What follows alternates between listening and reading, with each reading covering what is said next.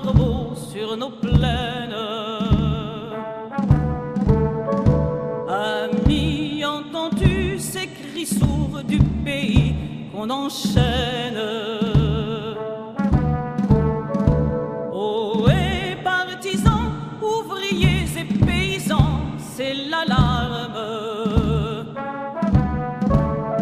Ce soir, l'ennemi connaîtra le prix du sang et des larmes.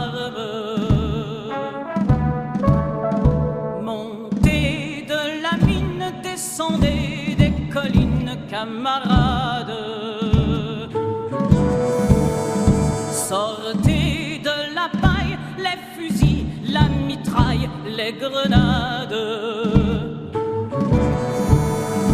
Oh, et les tueurs à la balle et au couteau, tuez vite.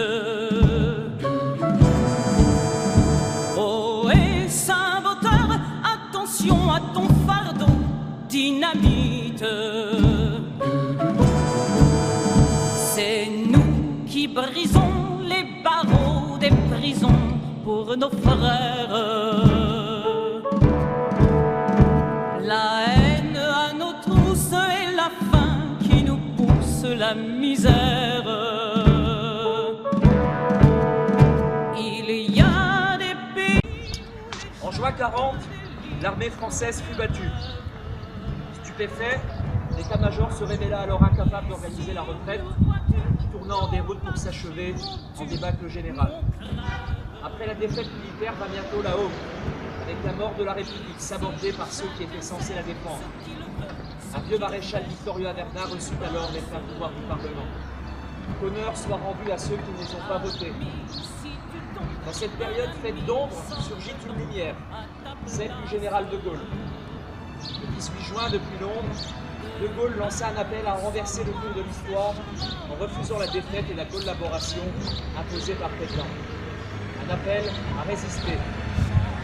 Un appel à résister qui fut suivi par quelques milliers de transistors en France, et pas suffisamment de tête et de cœur. Le 18 juin, c'était alors jour l'espoir de vaincre l'obscurité totalitaire nazie, avant même que les chefs en place n'avaient pas encore totalement donné les clés de notre pays à l'envahisseur.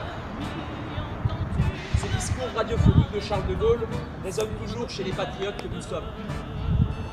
Comme résonne aussi le parcours de celles et de ceux qui ont tout donné pour nous permettre de vivre dans un pays libre, libéré de l'envahisseur et un pays démocratique. C'était le cas où nous honnait André Leroi. André Leroi est né le 15 février 1905, ici à Nozonville. En 1942, accompagné de son fils Robert, qui n'était âgé que de 14 ans, André rejoint les francs-tireurs partisans. Avec leurs camarades, ils effectueront de nombreux sabotages, entre autres sur la ligne Calais-Bâle, qui mène les trains vers l'Allemagne.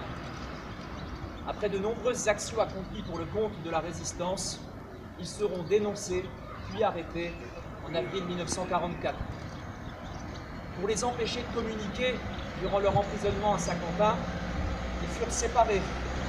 André dans une cellule au rez-de-chaussée, quand Robert est au 3e étage.